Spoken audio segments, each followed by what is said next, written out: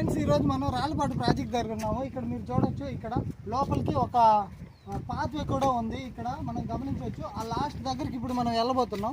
ఇక్కడ చూసినట్లయితే ఇక్కడ ఈ పెద్ద ఈ వాటర్ ఈ పైపులు ఉన్నాయి కదా, ఇవి ఇట్లా టచ్ చేస్తే చాలా కూల్గా ఉన్నాయి. ఇక్కడ నుంచి వాటర్ అనేది చుట్టుపక్కల ఉండే గ్రామాలకు కూడా పోతుంటాయి ఫ్రెండ్స్.